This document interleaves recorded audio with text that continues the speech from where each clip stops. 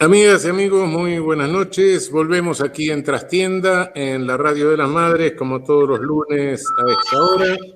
Hoy tenemos el equipo completo, Jacobo, Fernando, Amado, el gallego, Agustín. Y hoy vamos a tener, ahora todavía no ha llegado, a Pedro Brigger, que como todos sabemos es sociólogo, periodista, director de Nodal, servicio de noticias especializado en América Latina y el Caribe, y lo escuchamos todos los días en C5N. Bueno, comenzamos entre nosotros mientras esperamos la llegada de Pedro. Bueno, linda semana con una serie de cosas, esta campaña electoral tan sustancial, ¿no? Tan enfocando temas tan vibrantes para el país, para el mundo, para la región, ¿no? Realmente es interesante el fenómeno, ¿no? El fenómeno de oquedad, digamos, ¿no? Es decir, es difícil hablar de este fenómeno porque es como comentar el vacío, ¿no? Sí. Prácticamente no hay política, ¿no? No hay discusión política. No, directamente hay spots publicitarios de un lado, en fin, una cosa así, en fin, no sé, creo que es una verdadera decadencia, pero no de la política, sino de los medios, ¿no? Porque en realidad son ellos los que marcan la agenda política, parece. Es decir, el partido político único, ¿no? Sí, como charlábamos antes, digo, no es un consuelo mal de muchos, consuelo de tontos, valga la redundancia, pero sucede en casi todo el mundo este fenómeno. Hay un nivel de chatura que la verdad yo del 89, 91, que es cuando yo tengo memoria, nunca había algo tan básico, de tan poca profundidad. ¿Será que el marketing se está comiendo a lo que antes era información? O sea, la tecnología, la mercadotecnia ha ocupado el lugar del debate. Sí, porque además parece que todo tiene que ser divertido, ¿no? Sí. En vez de ser sustancioso, tiene que ser divertido. Y bueno, lo divertido a veces está buenísimo, pero no necesariamente tiene que ver con las necesidades del pueblo, de la patria o de la humanidad. Me parece que ahí hay como un cambio epistemológico en que el medio condiciona no solo la forma, sino el discurso también. Bueno, la forma es espectáculo y por lo tanto todo lo amarillo que conforme espectáculo es instrumento de difusión y de comunicación. Me parece que por ahí anda la cosa, porque claro, es más importante los hechos que conforman ese amarillismo que la profundidad del debate político o de la cuestión. Nosotros vemos que, por ejemplo, hay toda una construcción de Bullrich con Bernie, que a su vez tiene rédito político electoral, en ese desplazamiento de seguridad versus formas, ¿no? Y creo que eso va zanjando lo que debería ser un debate político. Pero es Que interesante lo que decís, Jacobo, porque ninguno de los dos son candidatos. no, Vos fijate, ¿no? son candidatos al 2023, que es una forma de hacer pie en el espectáculo y hacer pie en esa forma amarilla, ¿no? Y lo que es peor, son candidatas sus ideas y sus procederes, más que ellos como personas. Esto que decían del marketing es interesante, porque encima es un tipo de marketing, porque marketing en política, desde que existen los partidos de atrapa todo, existe. Ahora, este marketing es vacío, es efectista, es de punch, es buscando, como no me acuerdo, creo que era Amado que decía, es buscando el humor siempre, o buscando ser divertidos, geniales, bestiales, modernos, ¿no? Muchas veces hay que... Porque antes existía el marketing, nosotros hemos hecho muy buenas campañas con marketing apelando a lo emocional, ¿sí?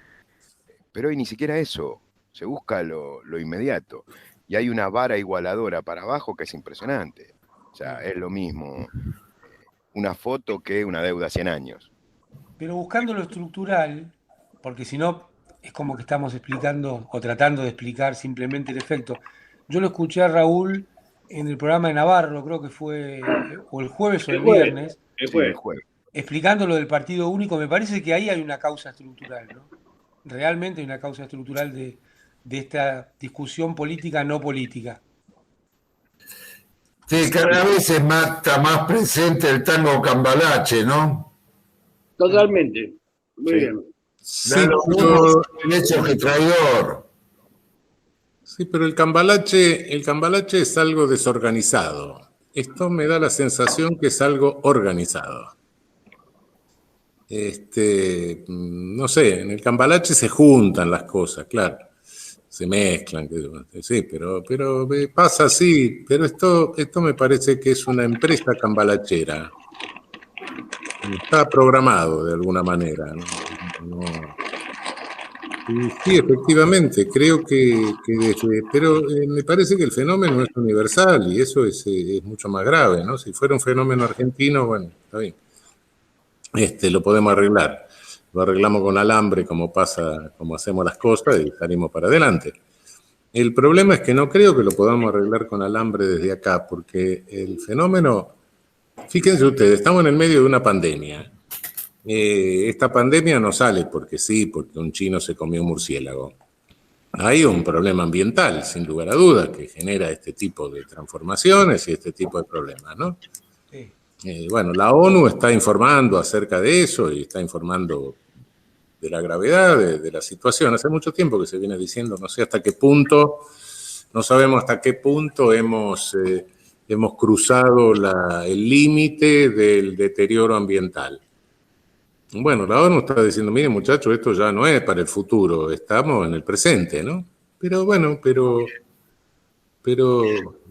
todas las noticias son Messi, Entonces, quiere decir que hemos perdido el sentido de la jerarquización de las noticias en cuanto a importancia. No digo jerarquización en un sentido elitista, sino en cuanto a trascendencia para la vida de todos, ¿no? Sí, hay una degradación planificada. Claro, pero me parece que es planetaria, no es algo argentino. Si fuera argentino, bueno, no sería tan grave, lo podemos arreglar. El problema es que me parece que viene... Claro, pero ahí el problema es doble, Raúl, porque todos los que no están del lado del aparato hegemónico de los medios, el que vos llamás partido único, aceptan esas reglas y juegan con esas reglas también. Digo, salvo honrosas excepciones, por empezar, los partidos políticos juegan con las mismas reglas que les impone el sistema y ninguno se le ocurre correrse ni un ápice de ese conjunto de reglas no escritas. Bueno, sí, hace 100 años esto era distinto, porque lo que se hacía era un paradigma, ¿no? Y dentro del paradigma se movían todos. Paradigma racista, por ejemplo, qué sé yo, biologista, una cosa así. Pero en un nivel académico quizá, ¿no? En un nivel... Ahora se ha bajado eso, ya no es ni paradigma, no, ya es una simple modalidad publicitaria, ¿no? O de creación de realidad, digamos, ¿no? Sí, de creación de realidad. Y como vos decís, acá es casi menor cuando uno lo compara con lo que fue la puesta en escena de la Guerra del Golfo. Claro. Como uno de los momentos de este nuevo formato. Uy, apareció Pedro. Apareció Pedro, ¿nos estás escuchando, Pedro? Vamos todavía. Es un gusto estar con ustedes, Raúl, José, Fernando, Amado, ¿Qué tal? Jacobo, Agustín, un gusto verlos. Bueno, muchísimas gracias. No sabés con quiénes estás hablando, pero bueno, no importa. Y aparte tampoco tenés idea de este programa, cómo se desarrolla con esa planificación que siempre tenemos, un programa ordenado. Bueno, fenómeno. Muchísimas gracias, Pedro. Amigas, amigos, tenemos a Pedro Brigger, sociólogo, periodista, como les decía, director de Nodal. el servicio especializado en información de América Latina y el Caribe, y lo vemos casi todos los días de 5N. Muchas gracias. Estábamos conversando sobre el fenómeno de partidos políticos únicos a través de concentración de medios y de la oquedad de la campaña que estamos teniendo en el país, pero no como un fenómeno quizá argentino, porque decía, si fuera un problema argentino lo podemos arreglar, siempre con alambre nosotros arreglamos las cosas, pero da la impresión de que es un problema de jerarquización mercadotécnica mundial, ¿no? Sí, yo coincido. De hecho, tenemos tendencia a rasgarnos las vestiduras con absolutamente todo, especialmente un sector del periodismo y de la clase política, de considerar que somos lo peor que hay sobre la tierra. Se dijo durante la pandemia, en ningún otro país o en algún país serio, esto que siempre se repite. Y respecto a las campañas electorales, yo la verdad he participado en muchísimos procesos electorales en América, en Europa, en Asia, en África, y hay una característica, y es que desde el periodismo se sostiene la pobreza del debate de ideas. Lo interesante también es que podríamos acotar la pobreza del debate de ideas en el periodismo, pero claro, el periodismo, y la verdad me sitúo un poco afuera por mi formación sociológica, muchas veces me sitúo afuera en eso, hay una tendencia a considerar, a mirar el mundo desde el Olimpo, ¿no? Y a decir lo mal que hacen los otros, deberían hacer esto, deberían hacer esto. Yo lo dije muchas veces durante la pandemia. Por favor, dejen gobernar a un grupo, a un séquito de periodistas que saben todo lo que hay que hacer respecto a la pandemia. Saben todo respecto de vacunas, de historias de pandemias, de cómo reaccionar, de lo que hay que hacer, porque la verdad, con todas sus críticas, son unos genios. Por favor, denles el gobierno a los periodistas que saben lo que hay que hacer. Y no solamente con el tema pandemia, podemos decir con absolutamente todo. Bueno, si fueran los periodistas solo, Pedro, pero la Corte Suprema también se pone... Es omnisciente. Bueno, no puedo hablar, Raúl, sobre ese tema. Bueno, pero sabe más de pandemia que los médicos, no tiene necesidad de llamarlos. Está bien. Yo la verdad, apenas surgió el tema del COVID, lo primero que hice de formación académica, obviamente, fue buscar material sobre la pandemia del 18. Claro. Comprender qué había pasado hace un siglo, y descubrí que había habido conferencias en Sudáfrica en el 98 para recordar los 80 años de la pandemia, con papers entregados, estudios científicos, yo para tratar de acercarme y entender un poco qué era eso. Y en el debate político, esto que mencionás, yo realmente lo veo en todos lados. Siempre se dice, qué falta de debate, qué falta de profundidad, qué falta de debate de ideas. Hoy las consignas son, vóteme por mi cara linda, no te voy a defraudar como consigna, ¿no? Más allá de Menem. Y es la construcción de las candidaturas que vemos al estilo estadounidense, con películas de hace 40 años que te explican cómo se construye una candidatura, cómo hay que mirar para un lado, para el otro, el famoso debate Nixon-Kennedy, si Nixon estaba transpirando y cuánto eso lo afectó. Ayer en Radio 10, Pablo Ladaga, el colega, decía algo muy atinado respecto de lo que se está debatiendo y lo que pasó en Olivos con esa reunión en plena pandemia. No es la foto, es el modelo. Acá debatimos una foto cuando lo que hay que debatir es un modelo. Y es real eso. No es la foto, es el modelo. Pero debatir el modelo es mucho más complicado. Sí, es cierto. Ese es el problema. Pero creo que tampoco se están debatiendo modelos en el mundo, ¿no? Bueno, es difícil generalizar, ¿no? Siempre tendemos a generalizar, Raúl. Habría que agarrar casos puntuales. Yo creo que en América Latina sí tenemos la suerte de vivir momentos donde sí se están debatiendo modelos. Tal vez no necesariamente en un momento muy puntual de una campaña electoral, pero vaya que lo conoció Amado en en carne propia respecto de lo que es tocar algunos resortes del modelo y cuando se afecta a sectores muy poderosos. Eso es debatir el modelo. Falta profundizar en el debate del modelo. Es posible. Lo que pasa es que también la oposición juega y te va marcando la agenda todos los días. Entonces, ahí está la pregunta. ¿Cómo haces para avanzar con un debate y profundizar un determinado modelo cuando permanentemente vas respondiendo a lo que te dice la oposición o te tiras tiros en el pie, ¿no? Bueno, eso ya, Claro, ya es una dificultad mayor. Si yo quiero debatir hoy un modelo sanitario, un modelo económico, y tengo que estar debatiendo lo que pasó con una foto en Olivos, bueno, no tengo espacio para debatir el modelo.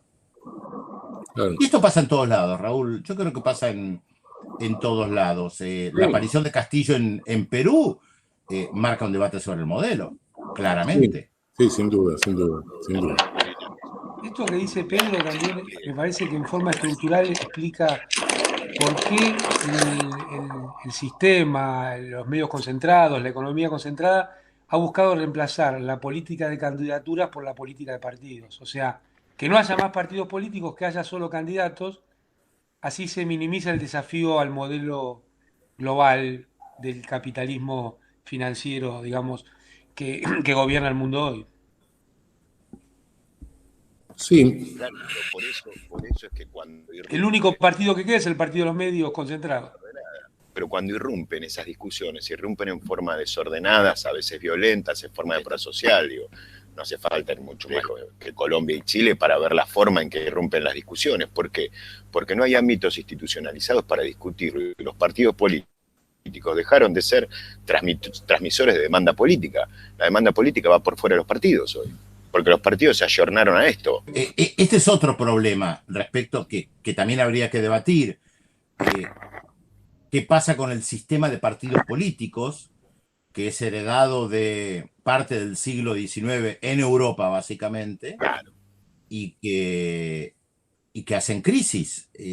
Gran parte de la población mundial no está afiliada a partidos políticos, tampoco a sindicatos, no les interesan los políticos, hay un discurso anticasta política muy fuerte. Tal vez es un modelo, el de partidos políticos, como dice Amado, tal vez es un modelo que hay que superar. Es posible, no lo sé. Tal vez en otros países sí, en algunas sociedades no. Me pregunto si funcionó en América Latina el sistema de partidos realmente en algún momento, porque pensemos lo siguiente, ¿no funcionó más bien el modelo de outsider? ¿Qué pasó en el 46? Los partidos políticos se habían terminado, el radicalismo no existía, estaba degradado, qué sé yo, apareció Perón. Un outsider. Sí, pero también puede aparecer un fenómeno negativo, por supuesto, ¿no? Cuando apareció Fujimori era un outsider también. Sí.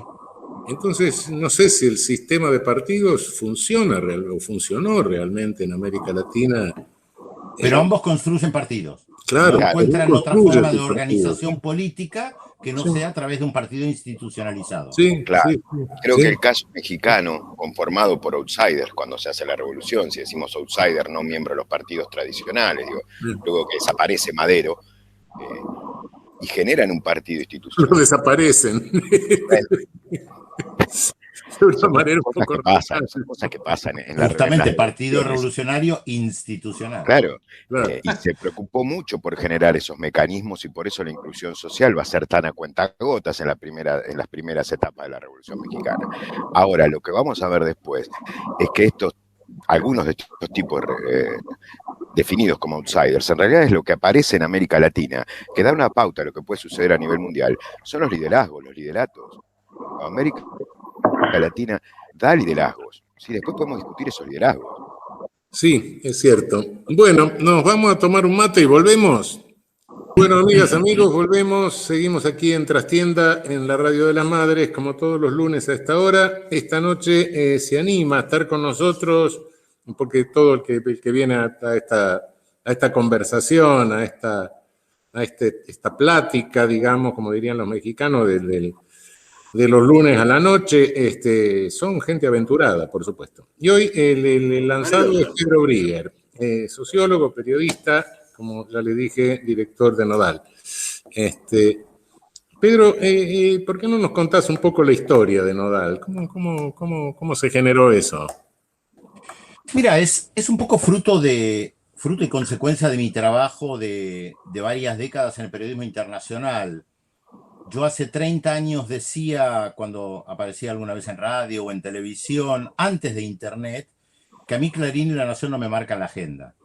¿Por qué decía yo esto? No en el sentido peyorativo de Clarín y La Nación, sino más bien enseñanzas de un famoso informe de medios de comunicación de McBride de 1980, pedido por la UNESCO, donde se señalaba que el 80-90% de la información que circula por los medios de comunicación está manejado por las grandes agencias de noticias internacionales. Y a mí ese informe me impactó mucho porque casi que desde un lugar intuitivo yo veía que informaban algo en la radio o en la televisión argentina de lo que estaba pasando en Egipto, por ejemplo, con noticias del Reino Unido o de Francia. Y me daba cuenta que gran parte de la gente que escribía sobre Egipto concretamente no conocía mucho la realidad. Pero cuando aparece, y por supuesto las grandes agencias de noticias internacionales tenían un lugar en los diarios, en la radio, en la televisión. Y siempre me llamaba la atención que se informara en una investigación en una universidad en Milwaukee sobre X tema, cuando la mayoría no sabe ni dónde está Milwaukee, si esa universidad es buena, y tal vez sobre el mismo tema había una investigación interesante en una universidad argentina. ¿Y por qué Milwaukee? Y porque es la hegemonía de los grandes medios de comunicación que planteaba McBride. Hasta el día de hoy, lo vi la semana pasada, el sábado de la semana pasada, le saqué una foto. Diario Clarín, información sobre Bolivia, y las 4 fuentes eran agencias de noticias de Europa y de Estados Unidos. Era Internet. Bueno, cuando comenzó la era Internet, yo ya podía leer los diarios de Bolivia, de Egipto, podía escuchar la radio de México, la radio de cualquier otro lugar. Y para mí fue un placer, una maravilla. Este sitio que mencionaba Agustín, Webbombat, era muy usado. O sea, yo saltaba de diario en diario de medio de comunicación para entender lo que pasaba en América Latina y el Caribe. Y me dije, ¿pero por qué no hay un lugar que condensa todo eso? Que me permita a mí en 2 minutos saber qué pasa en América Latina y el Caribe. Les hago la historia sencilla y simple, por supuesto, ¿no? Fue un poquito más larga porque tardé 8 años, entre 8 y 9 años, porque yo no quería un blog, quería disputar hegemonía comunicacional, y me dije que quería hacer algo profesional, algo serio, algo que realmente reflejara lo que pasa en América Latina y el Caribe, en primer lugar con sus fuentes. O sea, si alguien entra a Nodal y quiere saber qué está pasando en Venezuela, va a encontrar 95% de la información sobre Venezuela generada en Venezuela, de todas las visiones políticas. Y este es el segundo elemento fundamental que para mí fue clave y sigue siendo clave. Cuando hay información sobre Venezuela, por ejemplo, hay entrevistas a Maduro, a Guaidó y a Capriles. Realmente todas las voces uno las puede ver en Nodal. Hay entrevistas a Duque, a Uribe y a alguien de la FARC. Y esto es algo que para mí es una cuestión muy importante y es permitir que realmente se vea qué pasa en América Latina desde todas las visiones. Y no solamente, Nodal no está dirigido solamente al mundo progresista. La idea es que efectivamente sea un sitio donde puedas saber qué piensa Maduro y qué piensa Guaidó, qué piensa la FARC y qué piensa Duque, qué piensa Piñera y qué piensan los que están en la Asamblea Constituyente o qué piensa la gente de los mapuches en el sur de Chile. Y si quiero saber qué piensan los mapuches en el sur de Chile, voy a la prensa mapuche del sur de Chile y no a la prensa de Santiago o a una agencia de noticias de Madrid. Y la dificultad, por supuesto, tiene que ver con Don Dinero, poderoso caballero, porque para tener un portal latinoamericano y tener una gran difusión a nivel latinoamericano necesitas un aparato económico detrás que hoy por hoy no tenemos. Claro. Que es la realidad. Aunque Internet acercó mucho, ¿no, Raúl? Obviamente. Sí. Porque está claro, hoy vos podés leer un portal de Indonesia, de México y de la Argentina en tiempo real. Eso antes era imposible. No, antes era imposible, claro. Sí, sí, sí, sí. Sí, Ahí, es Pedro, mucho más difícil censurarnos. Sí. Quizá hay una censura que puede ser por un exceso de información, ¿no? Es lo que decía Ramonet, Ignacio Ramonet, hace 30 años aproximadamente. La nueva forma de censura es el exceso, la sobreinformación, donde ya no sabes qué leer. Claro, claro. Hay tanto, abruma, que al final Sí. apagás. Sí, sí, no te alcanza el tiempo, no, No te te alcanza abruma. el tiempo, claro. Sí, efectivamente, sí. Sí, es una forma indirecta y peligrosa, pero también lo es. Yo creo que se está produciendo algo parecido en el campo científico, por lo menos en ciencias sociales, ¿no? Se producen tantos papers, que de repente, yo no sé si hoy volviera Einstein y en un paper así chiquito escribiera la teoría de la relatividad, no sé si alguien lo descubriría. Diría que es plagio. Diría que plagio, no sé. Encontraría otro en algún Hay lugar. tal cantidad de cosas dando vueltas que uno dice, bueno, a ver, ¿qué hay de original en esto? Es difícil encontrarlo. Sí, es verdad.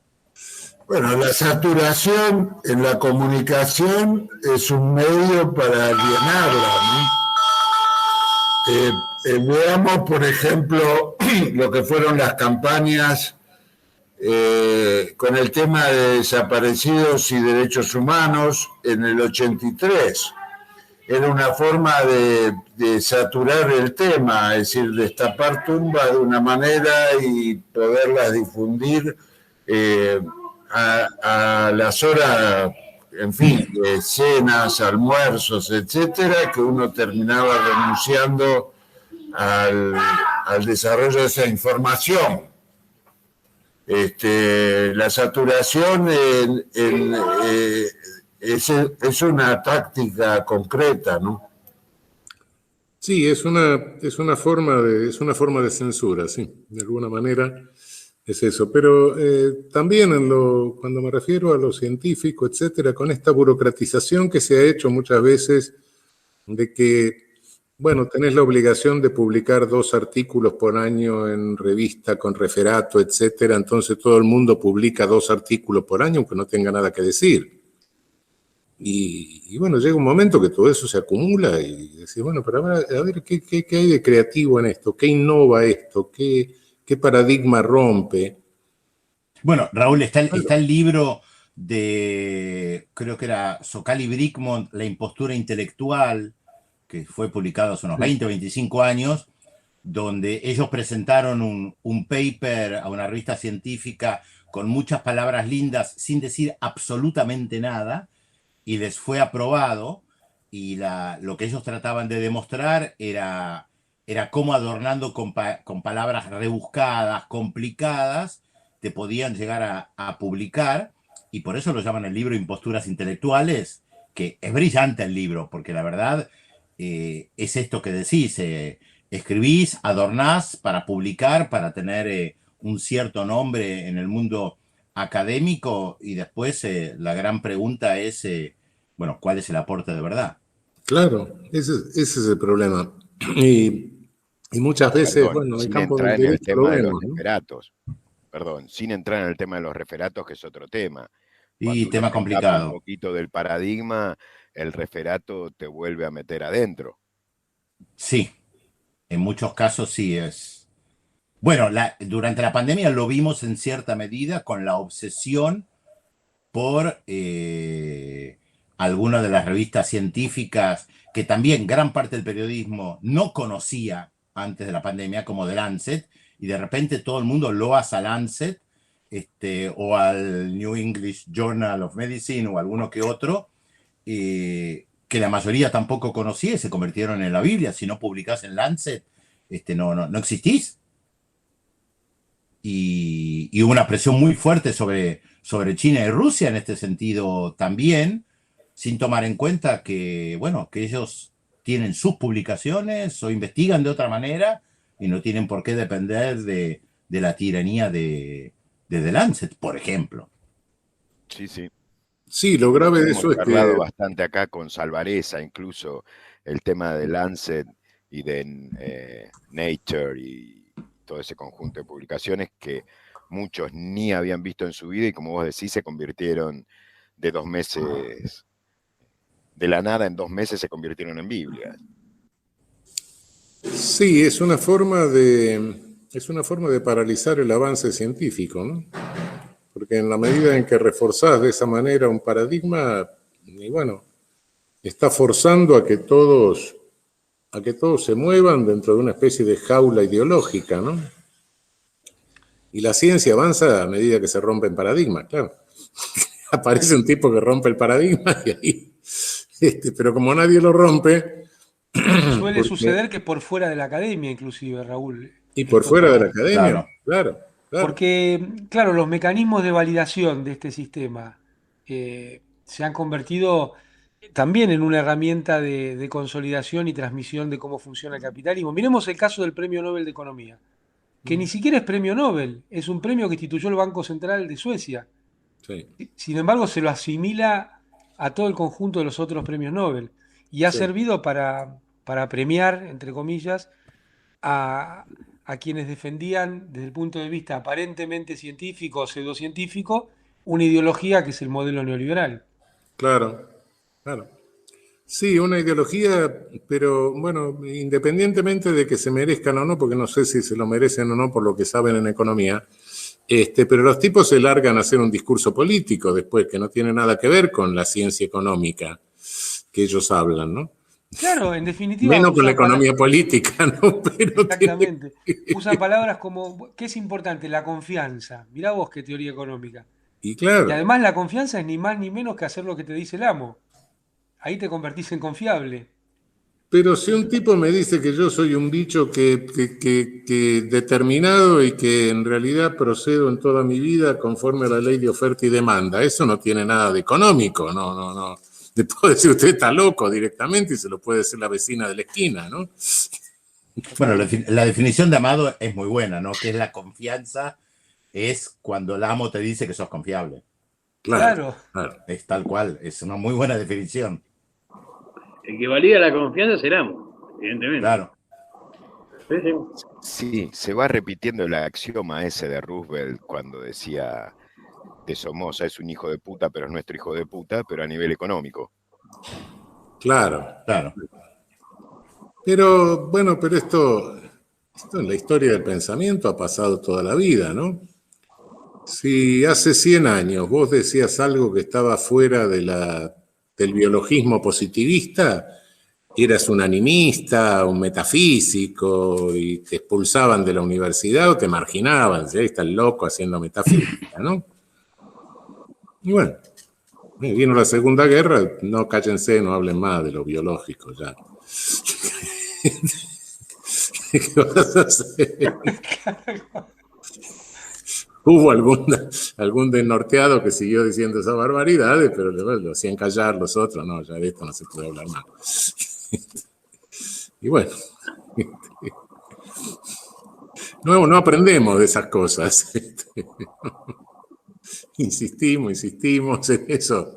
Yo creo que sí, discúlpame, yo creo que sí aprendemos y mucho en América Latina. Yo vengo señalando ya hace varios años que tenemos la suerte, entre comillas, suerte, ¿no?, de vivir en una región donde estos debates se dan y son profundos. Y creo que es la única región donde hay cuestionamientos a las políticas neoliberales, cuestionamientos incluso al capitalismo.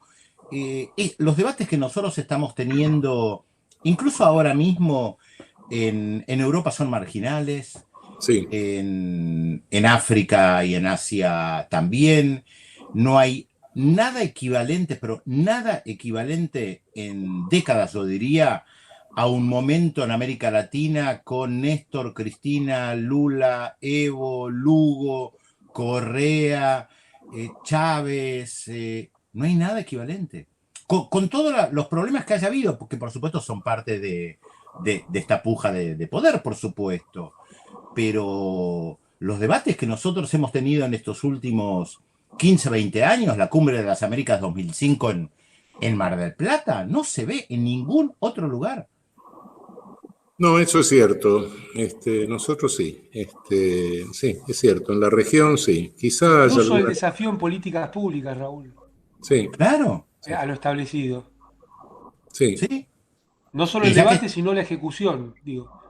Claro, ese es el asunto, la ejecución, sí. El y ya debate en que una de esas, no sé, por ahí, bueno, por ahí puede ser en la India algo hay de vez en cuando, pero no en la ejecución, sí, en la ejecución, sí, nuestra región es original en eso, sí.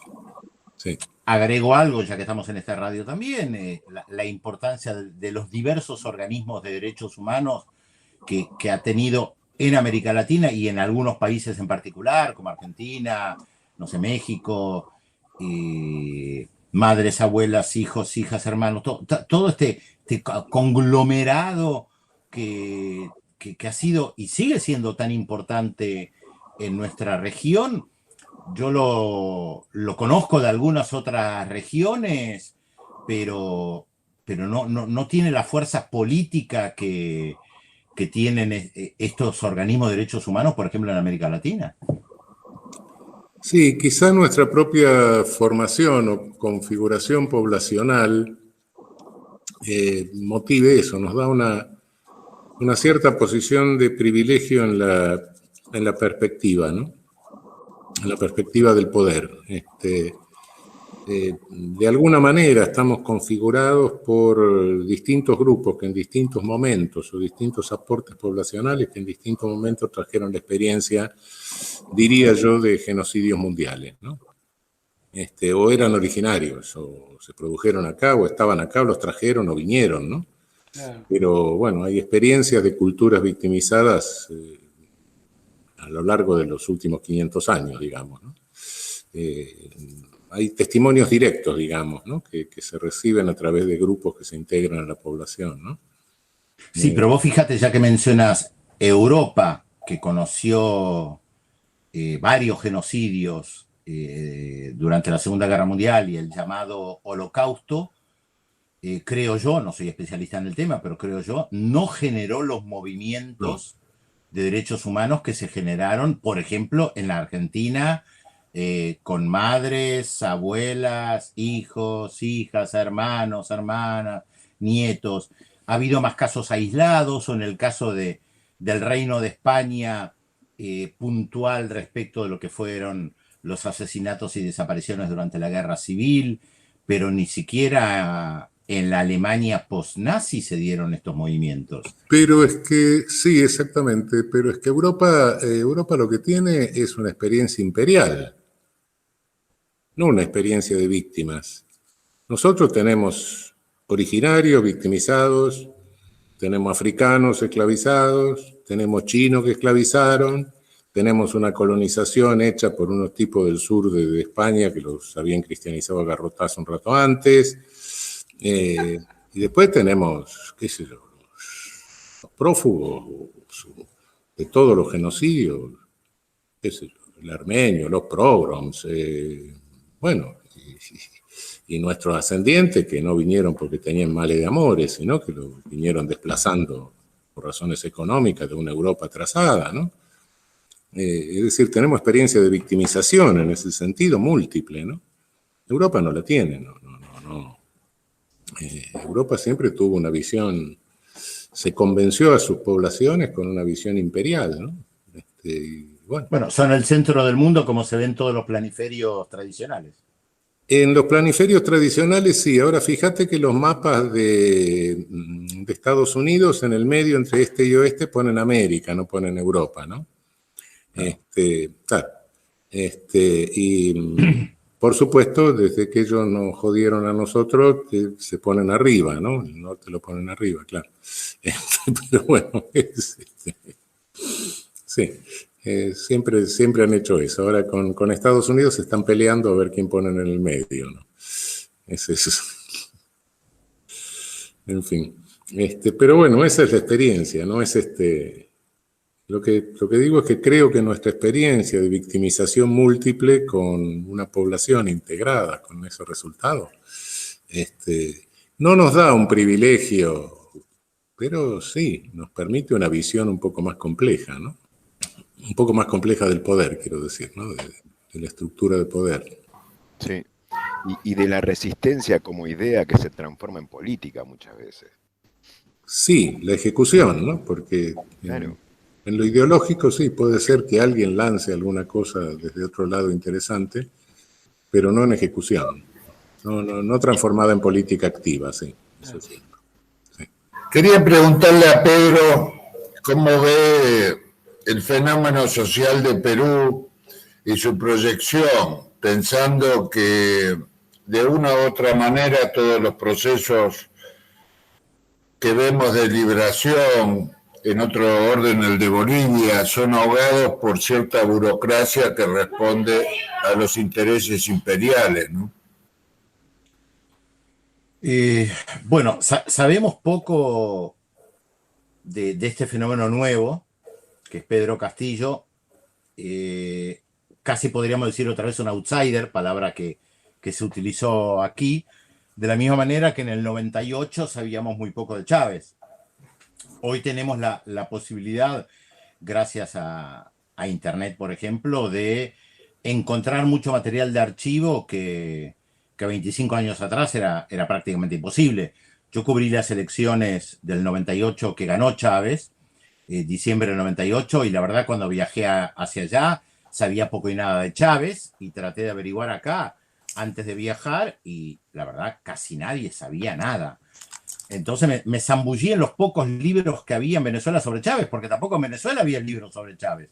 Cuando él ganó había apenas 3 libros, uno que era muy bueno, Habla el comandante, escrito por un historiador, Agustín Blanco Muñoz, donde reflejaba en sus casi 800 páginas diálogos durante 3 años con Chávez en la cárcel. Era lo poco que sabíamos en ese momento del fenómeno Chávez. Bueno, sabemos lo que pasó después. Con Castillo nos encontramos otra vez frente a una incógnita, porque estamos atando cabos y además él forma una coalición de gobierno con otros sectores de izquierda que tal vez conocemos un poco más, a diferencia de lo que fue Chávez cuando asume en el 99. Pero tienen puntos en común. Chávez jura sobre la moribunda Constitución y Castillo dice que hay que elaborar una nueva Constitución, y ahí también hay puntos en común con Correa, con Evo Morales, como un tema clave, que obviamente Raúl sabe mucho mejor que yo, del corset que significan estas constituciones elaboradas en diferentes momentos políticos, en el caso concreto de Perú, durante el mandato de Fujimori, y cómo no se trata solamente de reformar una constitución, sino de elaborar una nueva constitución, como están haciendo, por ejemplo, en Chile también, y que responda a los intereses de las grandes mayorías y no de los poderes concentrados. Ahora, yo lo vería, Jacobo, en el contexto regional que estaba planteando desde el año 2005, como momento, si tenemos que buscar una fecha, yo creo que 2005 es un momento bisagra con la Cumbre de las Américas, porque comienza a desarrollarse una corriente heterogénea, con algunos líderes que mencionamos antes, difícil de definir, de izquierda, nacional, popular, nacionalista, socialista, centroizquierda, socialdemócrata, muy variada, ¿no? Y peronista, con el peronismo en el medio, con todo lo que eso significa, que empieza a disputar todos los sentidos. Sentido comunicacional, económico, político, social. En algunos países hay nuevas constituciones, en otros se las trata de reformar. En algunos países ya había medios de comunicación que se pueden tomar y darles un sentido propio, como en Argentina. En otros ni había medios de comunicación estatales. Y en este contexto se abre una disputa que a mi juicio se mantiene hasta el día de hoy con 2 características. La primera, la dificultad de las derechas de apelar a lo que Ruquier en su momento llamó el partido militar, o sea, de apelar a los golpes de Estado. No pueden hacer los golpes de Estado como en el siglo pasado. Cuando había un gobierno popular, como el de Allende, se lo destruía en menos de 3 años. Perón tardaron 10, pero se lo termina, o 11, se lo termina derrocando. Hoy no pueden hacer eso. Tienen otros mecanismos de lawfare, que obviamente lo podemos hablar y que Raúl puede dictar cátedra al respecto, pero no pueden hacer esos golpes de Estado. Entonces no pueden cerrar un ciclo. Y ahí vemos lo que pasó en Bolivia. Lo derrocan a Evo Morales con un golpe de Estado, pero no al estilo de los del siglo pasado. Y en menos de un año, Evo Morales vuelve. Entonces, ahí tienen... Perón tardó 18 años en volver. Y creo que ahí hay una gran diferencia y una dificultad para las derechas latinoamericanas. Y el segundo elemento, y esto tal vez nos interpela así, es que si yo miro la foto del 2010, los sectores estos progresistas, llamémosle, dejando de lado a Guyana y Surinam, que siempre los dejamos un poquito de lado, en 8 de los otros 10 países de Sudamérica había gobiernos progresistas. Y se pensó que eso era para siempre. Entonces, el Banco del Sur no nació, en vez de poner primera y pasar a cuarta rápido y crear el Banco del Sur, empezaron las disputas, bueno, hay tiempo, Ecuador le echa la culpa a la Argentina a Brasil, Brasil a la Argentina, no sé si Amado podrá contar. Que sea en tal lado. Bueno, Amado seguramente podrá contar mucho mejor que yo algunos de los problemas que hubo. No, pero está muy bien el proceso, porque esa hubiera sido la institucionalización fuerte, digamos, Pero no nació, pero no nació. Como el intercambio de monedas locales. por ejemplo. Entonces, queda en proyecto y de repente hay un cambio en algunos gobiernos, en algunos países importantes, y destruyen la UNASUR. Ahora, las derechas también se han equivocado. Pensaban que con Macri, Bolsonaro, Piñera, a la que se suma después el gobierno de facto de Bolivia, Perú, ya tenían Uruguay, la calle Pou, ya tenían todo resuelto. Duque en Colombia, y pensaban que ya el ciclo progresista había acabado. La frase argentina "no vuelven más" la resume muy bien. Es muy buena esa frase que utilizaron, "no vuelven más", porque simbolizaba lo que realmente pensaban, y se equivocaron. También se equivocaron. Y no vieron algo, que tampoco vimos nosotros, por supuesto, que es el cambio de rumbo en México. Yo recuerdo que al poco de caminar de Andrés Manuel López Obrador, lo que prácticamente se decía en todos lados era México no mira a América Latina. Y yo que tuve la posibilidad de seguir muy de cerca el proceso de México antes de que ganara López Obrador, empecé a ver que México sí estaba mirando hacia América Latina. Y que el viaje de Alberto Fernández a encontrarse con López Obrador antes de asumir era un viaje muy importante.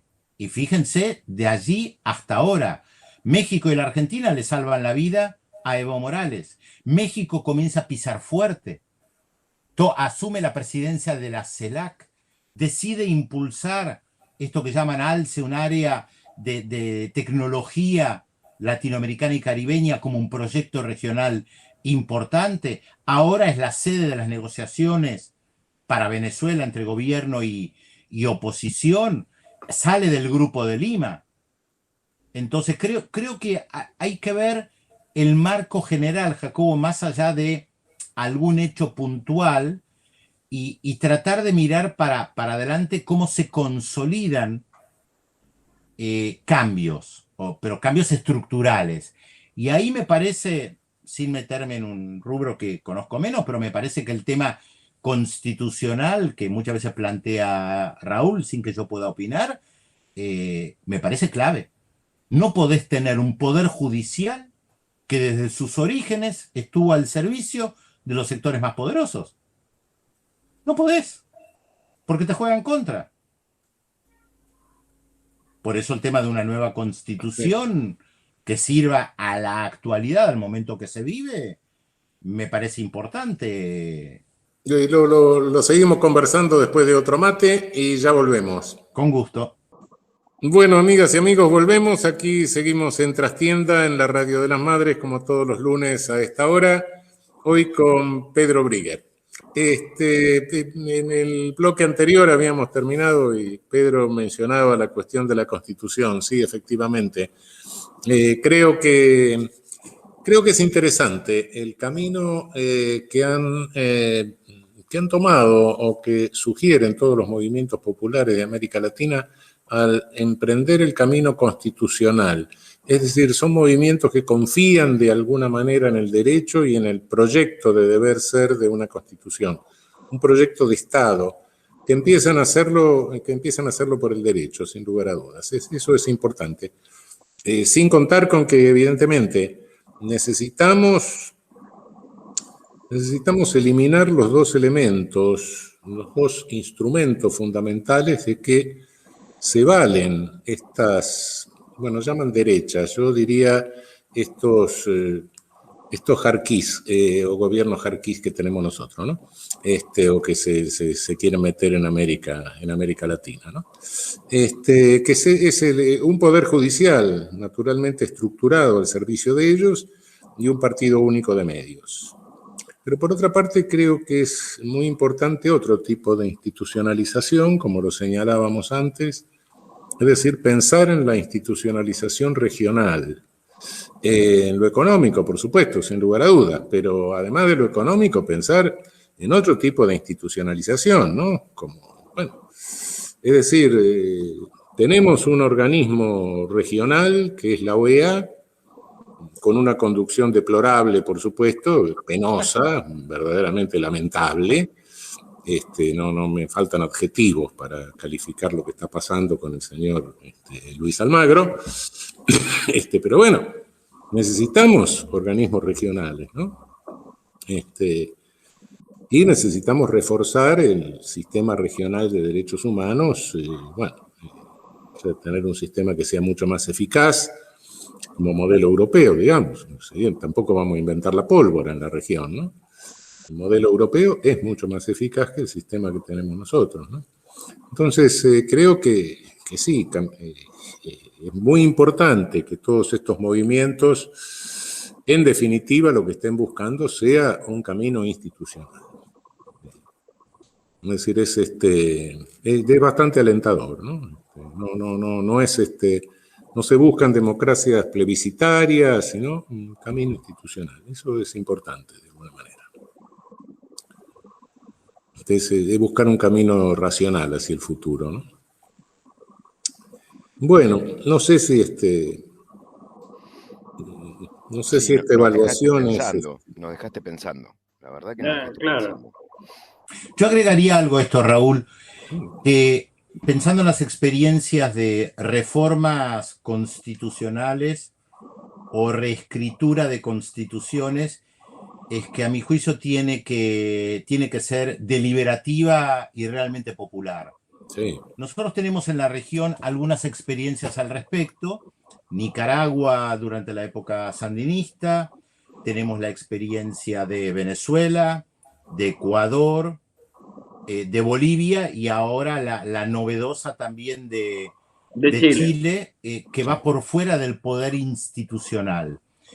¿Y por qué digo deliberativa? Porque vivimos en la época de la vorágine donde todo se quiere hacer rápido y por supuesto desde arriba. Sí. Nosotros tuvimos una última reforma de la cual yo no puedo hablar mucho, pero fue durante 3 meses, se encerraron nuestros representantes en el Parlamento y de manera cerrada prácticamente reelaboraron la Constitución.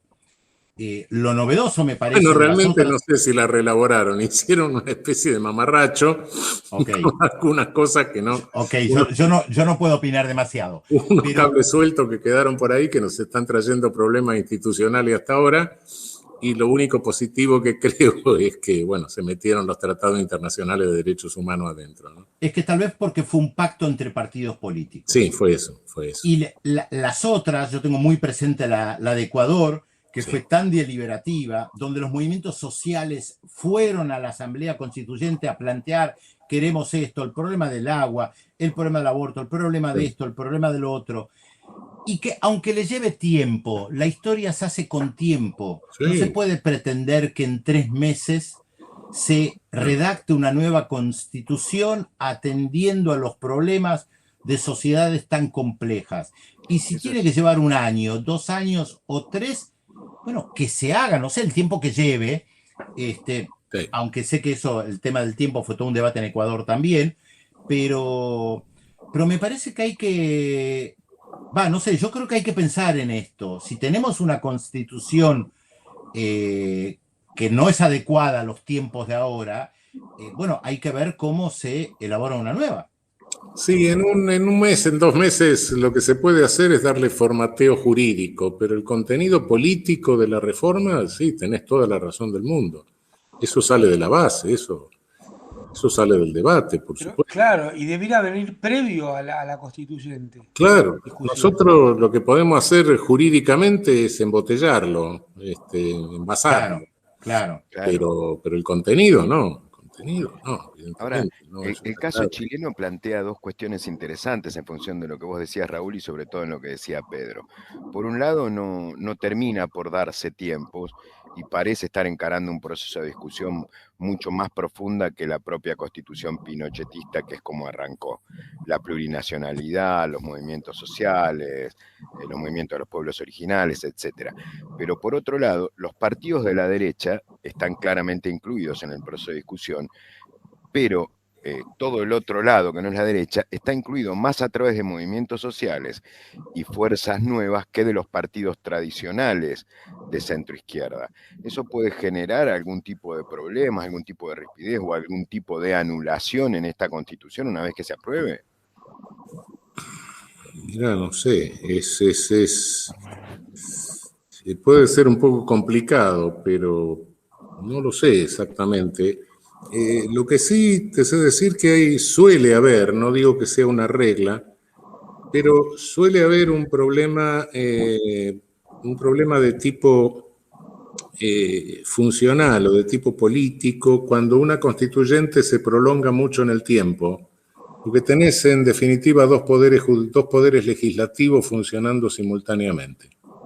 Y eso puede generar algunos problemas, algunas dificultades.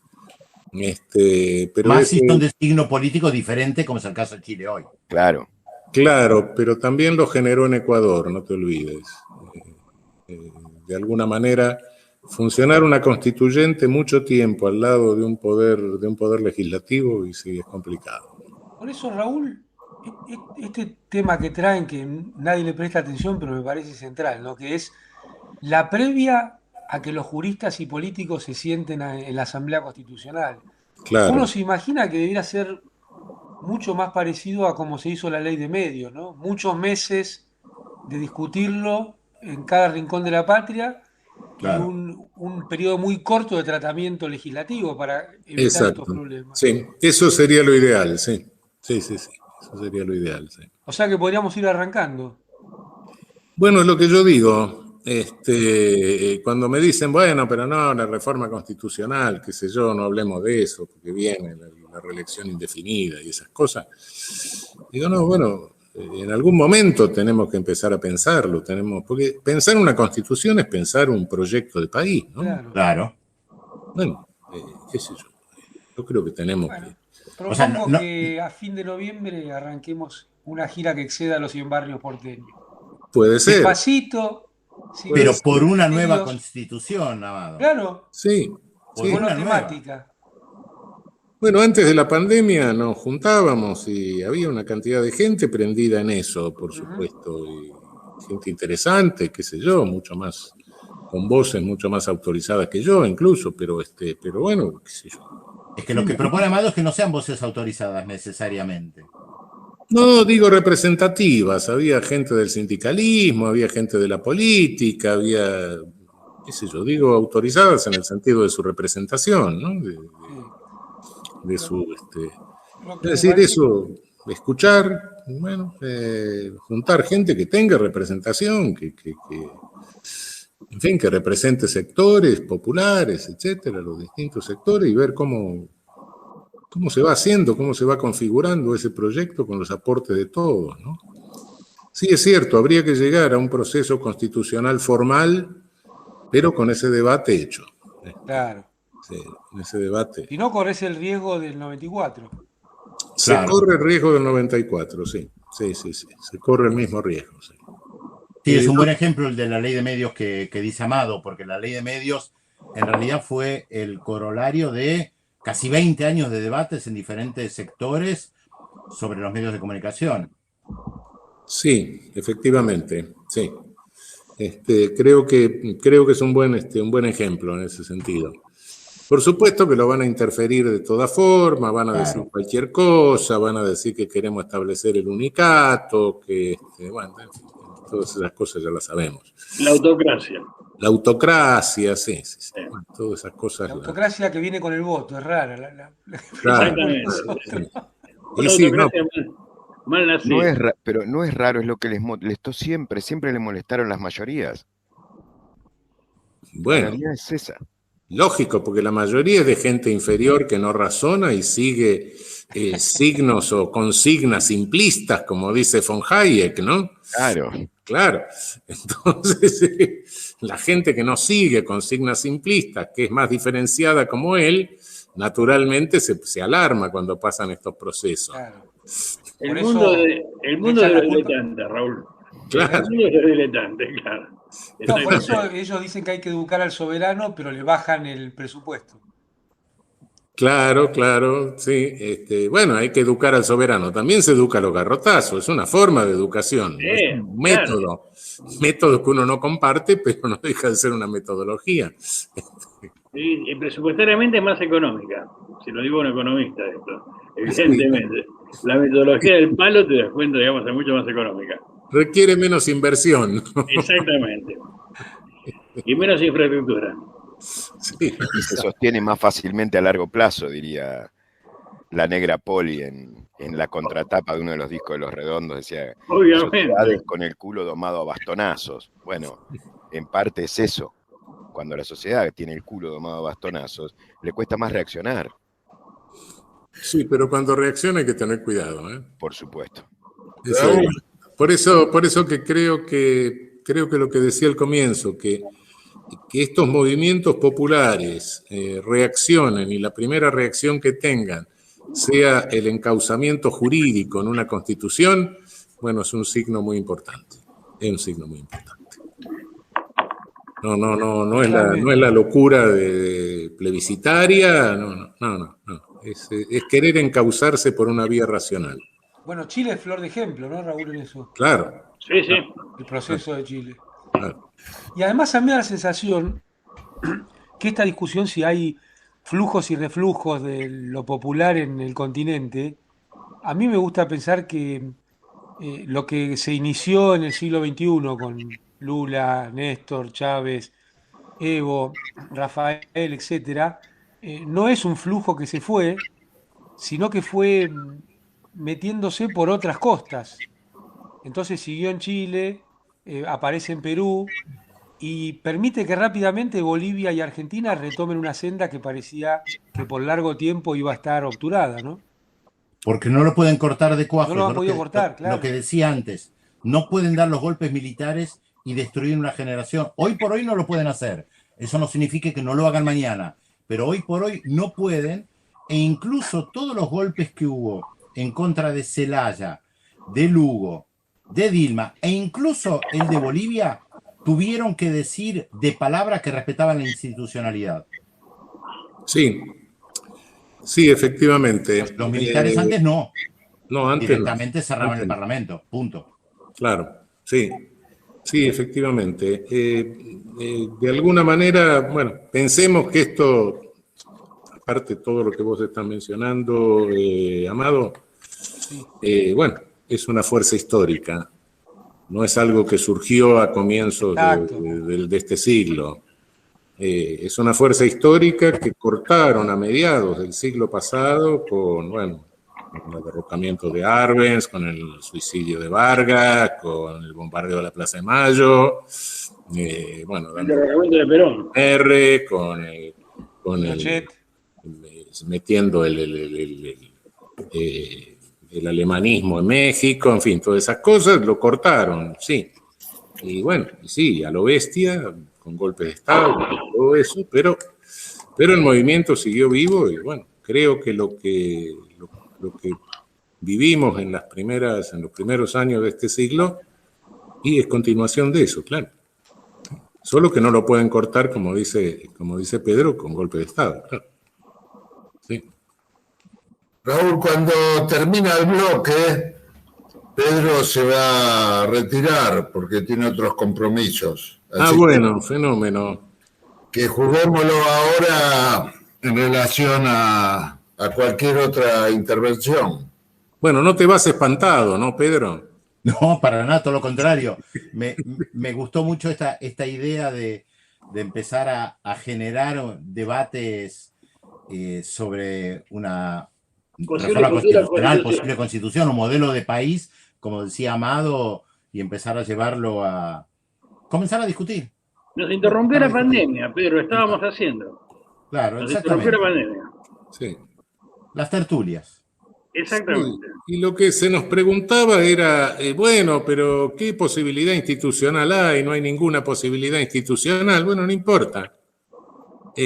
No sé si la hay o no la hay. Primero hay que saber por qué se va a pelear y después se pelea. Y bueno, Exactamente. si no lo sabemos, bueno. Si no arrancás no están los votos.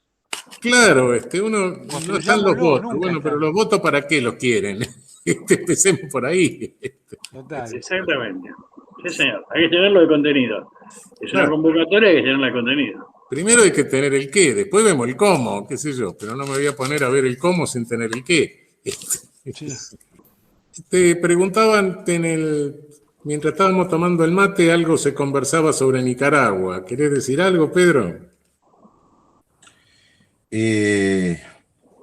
Complicado el tema, por supuesto. Y tal vez uno de los más complicados de estos últimos tiempos. Y a ver, ¿por dónde empezar? Es largo, ¿no? Efectivamente, yo escribí un libro en el 89, ¿A dónde va Nicaragua? Al poco tiempo que fue publicado, el sandinismo dejó el poder porque perdió las elecciones, cosa que fue bastante novedoso, ¿no? Un movimiento político que había triunfado a través de una revolución, un movimiento de izquierda, que deja el poder porque pierde las elecciones y donde trataba de combinar la llamada democracia burguesa formal con la democracia revolucionaria surgida desde las bases. Fue una experiencia novedosa, respetaron el resultado y se fueron. Y las derrotas traen pase de facturas, rupturas, divisiones, alejamientos de todo tipo. Pasa por lo general con movimientos políticos, sean de derecha, de izquierda, de centro, las derrotas duelen. Y el sandinismo le pasó también eso. Se fraccionó, se volvió a dividir, pase de facturas, acuerdos políticos de todo tipo con quienes mantuvieron la estructura del Frente Sandinista, con la figura de Daniel Ortega a la cabeza, que vuelve al poder después de varios años, pero ya sin esa magia que había tenido la revolución de 1979. Y cuando digo esa magia, digo porque mucha de la gente que acompañó la revolución sandinista en 1979, como Galeano y tantos otros, el instinto le decía que eso no era lo mismo. Y el instinto muchas veces te marca la línea política también, no es solamente la cabeza y el análisis de determinadas medidas políticas lo que te va marcando las sensaciones. Esa revolución de 1979 tenía alegría, tenía poesía, tenía música, tenía esperanza. Nació en un mal contexto, entre comillas, ¿no? Porque en un contexto donde había muchas dictaduras latinoamericanas que no habían podido apoyar esa experiencia. Y ya cuando Daniel Ortega triunfa y vuelve al poder, ya no se lo ve de la misma manera. Y no tenemos tiempo para desarrollar todo, hace 2 años hubo una protesta popular importante. Una protesta popular que fue reprimida. Sí. Y acá yo agregaría 2 elementos para señalar. En primer lugar, una frase que yo siempre digo. Estados Unidos siempre interviene. Siempre interviene. En cualquier situación de América Latina, siempre interviene. Y siempre pone dinero, recursos, gente, instrucciones de todo tipo para tratar de destruir cualquier movimiento que no está alineado con los Estados Unidos. Por lo tanto, tienen la habilidad para montarse sobre cualquier protesta, por más legítima que sea, para tratar de darle el rumbo que a ellos les interesa. A veces lo logran, a veces no. Esto dicho para aclarar, desde siempre se da en Venezuela, se da en Cuba, se da en Nicaragua. Esto no quita que una parte importante de los reclamos en Cuba, en Venezuela y en Nicaragua no reflejan el sentir de sectores importantes de la población. Sectores, sea porque siempre estuvieron en contra de ese proceso o porque la realidad los convoca a salir a las calles. Y donde te interpela como gobierno a dar una respuesta a esto y no podés solamente reprimir. Y el segundo elemento que yo agrego respecto de esto es algo que yo también vengo planteando hace muchos años, es que un gobierno que se dice popular no puede reprimir de la misma manera que lo hacen los gobiernos de derecha a los cuales siempre se ha criticado. No le escapemos a la palabra represión. Sí. Si hay protesta, hay represión. Por supuesto, ningún gobierno puede permitir que le quemen la sede del Poder Judicial. Ningún gobierno, sea de derecha o de izquierda. Tenés que custodiar el edificio del Poder Judicial. No puede dejar que entren y lo quemen. Ahora, la pregunta es cómo reprimís. Sabemos cómo reprime la derecha. Ahora, un gobierno que se dice popular, a mi juicio, no puede tener muertes. No puede. Salvo circunstancias excepcionales donde esto puede pasar. Puede haber un muerto en una manifestación, en una represión, pero no puede haber 10, 20 o 200. Claro. Y lamentablemente creo que la mayoría de los gobiernos populares no han encontrado la fórmula de reprimir de otra manera o de contener manifestaciones de otra manera. Repiten los mecanismos que habían sido criticados anteriormente, sea con gases lacrimógenos o con balas de verdad. Ahora dirás, bueno, van y te asaltan el Poder Judicial. Bueno, hay que encontrar otra forma de defenderlo. No puedes tener muertes. Tenés que mostrar que moralmente sos diferente. Y de hecho, miremos lo que pasó en Cuba. Creo que hubo un solo muerto en las manifestaciones. La verdad es que las manifestaciones fueron 24 a 48 horas, pero hubo una sola muerte. Y ahí no se puede decir que es lo mismo que Colombia con Duque o Piñera. Y creo que este es un problema ético-moral importante que se vio también en Nicaragua, que lleva a que los sectores progresistas populares en la región tengan tantas contradicciones también con la figura de Daniel Ortega, la pareja presidencial, perpetuarse en el poder, reprimir opositores, encarcelar en un año electoral a varios de las precandidaturas, sean formalmente candidatas o candidaturas o no, acusándolas de ser agentes del imperialismo, recibir dinero, probablemente sea cierto en su inmensa mayoría, pero el tema de Nicaragua es un poquito más complicado porque también tenés varias personalidades que fueron parte de la revolución y que fueron reprimidas, incluso antes de ahora, como el propio Carlos Mejía Godoy, el cantante. Sí, Sergio Ramírez Mercado. Sí, pero Sergio Ramírez se alejó hace mucho de la revolución. Ernesto Cardenal no. Entonces, te encontrás con muchas contradicciones, sin entrar en detalles que la gente que nos está escuchando tal vez no conozca. Pero sí es verdad que la represión existe y sí es verdad que se han encarcelado a figuras que se quieren presentar a las elecciones o se las ha puesto en arresto domiciliario. Reitero, es posible que reciban dinero de los Estados Unidos, que laven dinero, todo lo que se quiera contar. Es posible y es real. Ahora, hacer todo eso cuando estás en plena campaña electoral o a semanas de comenzar la campaña electoral es también un tiro en el pie. Claro. Y es difícil de defender, por supuesto, para los sectores progresistas en la región. Claro. Pedro, los que nos formamos con ¿A dónde va Nicaragua? Bueno, gracias, un libro que yo escribí. Te pedimos que pase a ser ¿A dónde va Nicaragua 1? ¿Sí? Bueno, Pedro, te agradecemos muchísimo. Te hemos quitado muchísimo tiempo. No me lo han quitado, todo lo contrario, un gusto estar con ustedes. Nos has ilustrado mucho. La verdad que sí. Y bueno, espero que no te hayas espantado, que no estés huyendo espantado por nosotros. Todo lo contrario, con ganas de seguir con ustedes en otras tertulias. La verdad, bueno, un gustazo, un enorme gusto. Y bueno, esperamos verte por acá en otro momento. Te tomamos la palabra, exactamente. Y nosotros nos vamos a tomar otro mate. Me parece fantástico. Chao. Un abrazo grande para todos. Abrazo. Gran abrazo, Pedro. Chao. Bueno, amigas, amigos, volvemos en el último tramo de esta noche, aquí en Trastienda, en la Radio de las Madres. Estuvimos con Pedro Brigger, bueno, se nos fue, espero que no espantado, realmente, y bueno, y se nos fue también Amado, que tenía otro compromiso. Bien, quedamos nosotros, es decir, estamos en esta tertulia como si estuviéramos en un asadito sin foto, ¿no? Claro. Bien. Pero aclaro por la duda que estamos a distancia, no. Si quieren podemos pasar la foto del Zoom, en fin.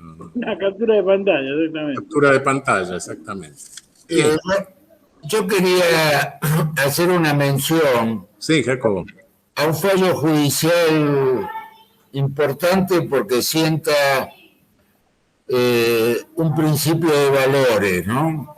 Un principio de valores donde se defiende obstinadamente la participación en un tipo penal de empresarios y donde se procesa al funcionario que recibe la dádiva y no a quien la otorga, a quien la da.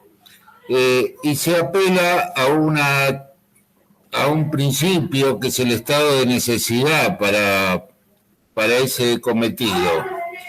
Y bueno, quería preguntarle a Zaffaroni qué opina de esta cuestión y las contradicciones que esto tiene, más allá del sentido político que tiene que Comodoro Pi defienda determinados intereses, que no nos sorprende, pero sí nos sorprende un poco la teoría del estado de necesidad en esta cuestión.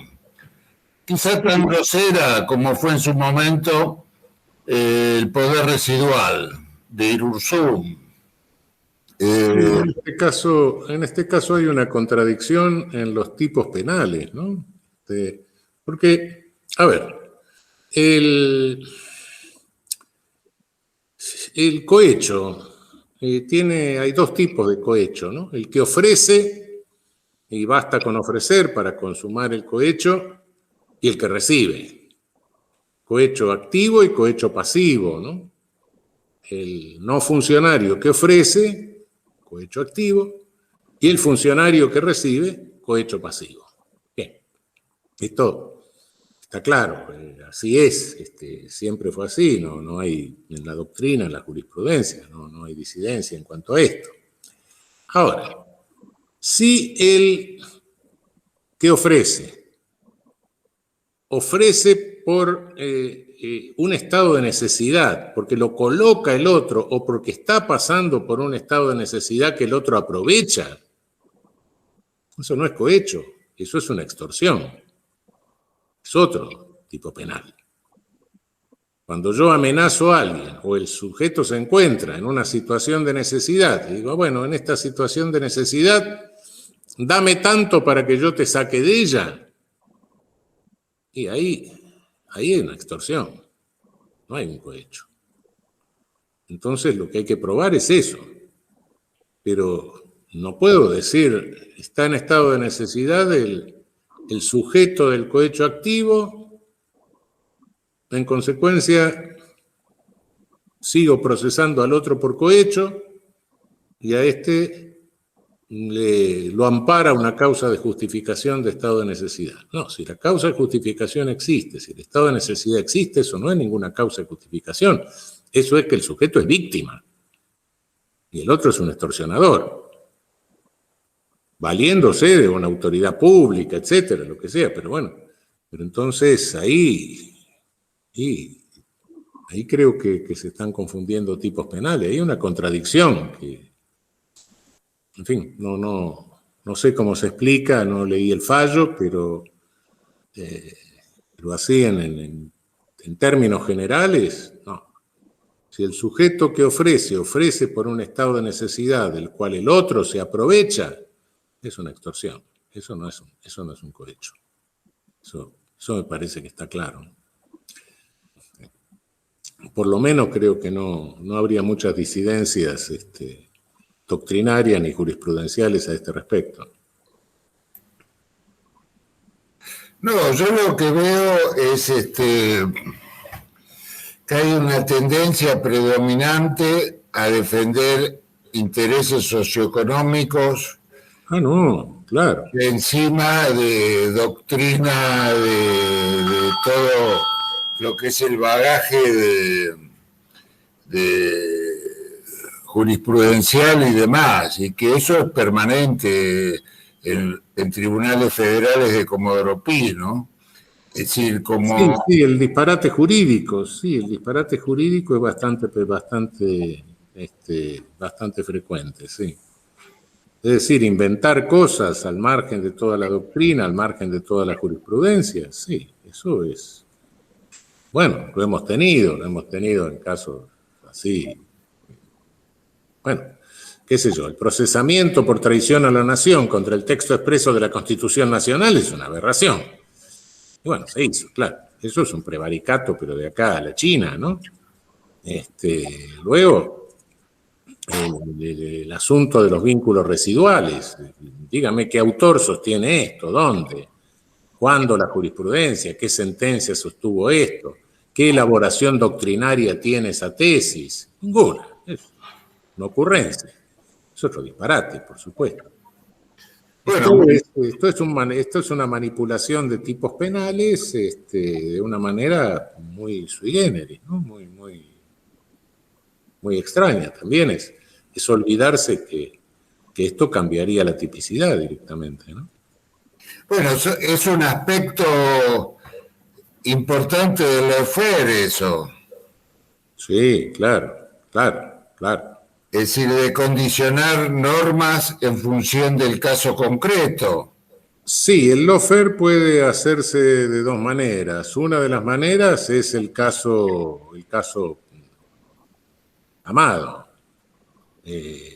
Fulano me dijo, Mengano le dijo que Perengano le había dicho y que Sutano lo había saludado y que el otro, y entonces deduzco que hay una asociación ilícita que la maneja un funcionario que no tiene ninguna competencia para decidir sobre el asunto, y entonces como ese funcionario extraño al asunto resulta que es el jefe de la asociación ilícita, lo condeno. Bueno, eso es lo que se llama prevaricato de hecho, que es la segunda forma de prevaricato, ¿no?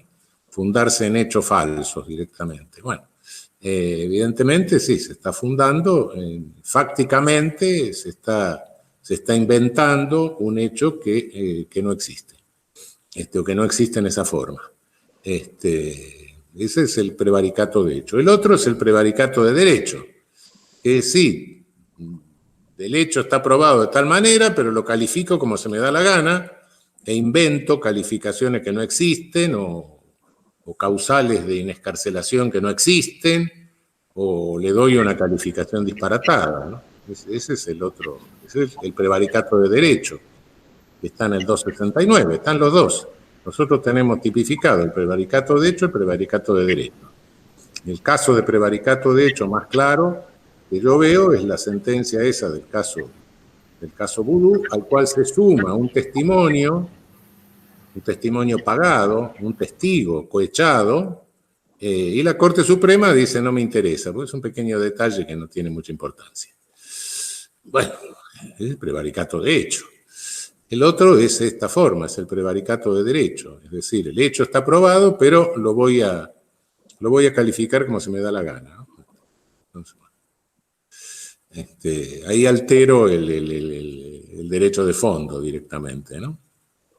El hurto de una bicicleta lo califico como estupro. Bueno, disparate de eso, ¿no? Una cosa así, ¿no? Son las dos formas. Las dos formas que puede asumir el prevaricato, ¿no? Prevaricato que es el delito de los jueces, que significa andar torcido, ¿no? La etimología de prevaricato es interesante.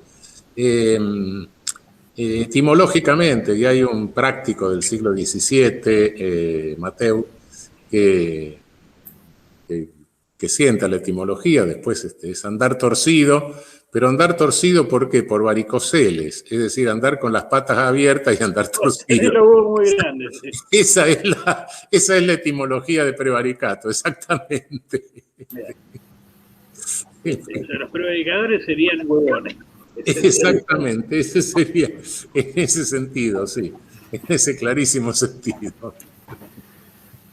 A veces buscar la etimología de estos tipos penales, de la denominación de tipos penales, etcétera, es muy interesante porque aparecen estas cosas, ¿no? Efectivamente. Bueno, muchachos, creo que estamos llegando al final. Creo que hemos tenido esta noche con Pedro Brigger verdaderamente una noche interesantísima. Me dejó pensando mucho lo que dijo acerca de Nicaragua, incluso por razones funcionales, etcétera. Muy interesante. Y muy interesante las otras cosas. Inclusive lo que quedó muy interesante también en la charla fue el tema de ir avanzando con lo que sería el contenido de una potencial nueva constitución. Sí. Empezar a llenar de contenido de esa parte. Eso realmente, como vos dijiste, nos interrumpió la pandemia, pero en eso andábamos. Exactamente, vamos buscando. Frente a todos los después que nos descalificaban diciendo, bueno, ¿cómo? Y viejo, antes preguntémonos por el qué. Después veremos el cómo. Sí. Y por un porqué se pueden abonar voluntades también. Claro, se pueden aproximar. Una vez me acuerdo que en San Luis estábamos en un juicio oral y lo estaban procesando a un paisano porque los elementos que le habían dado para trabajar un campo los había vendido, ¿no? Apropiación indebida. Y un testigo dice, bueno, pero ¿por qué los vendió? Y el testigo dice, y no tenía ni el en qué ni el cómo. Qué bueno. Ese sí que estaba en estado de necesidad. Exactamente. Me quedó fijado lo del paisano testigo, no tenía ni el en qué ni el cómo, ¿no? Sí, muy gráfico. Bueno, fenómeno. Nos vamos despidiendo, como siempre, con un abrazo a Milagro Sala, a todos los compañeros víctimas del lawfare, y nos veremos el próximo lunes aquí, a esta misma hora, a las 22, en Trastienda, en la Radio de las Madres. Muy buena semana para todos. Chao, hasta el próximo lunes. Hasta el próximo lunes. Buena semana.